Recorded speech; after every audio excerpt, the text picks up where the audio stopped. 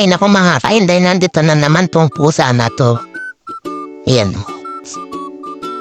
Ayan. Gusto na, ewan ko kung ano na naman yung gusto niyang gawin doon. Naghahalongkat.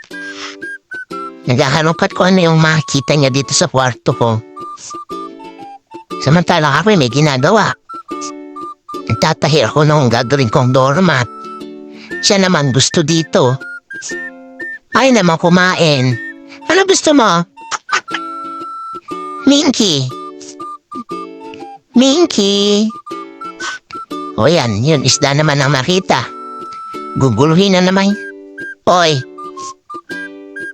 Hindi mo yan pwedeng kainin. Kumain ka na nga kanina na isang ibon eh. Yun isda ko naman nagagalawin mo. Yan, lumayas na mga kainday. Sige.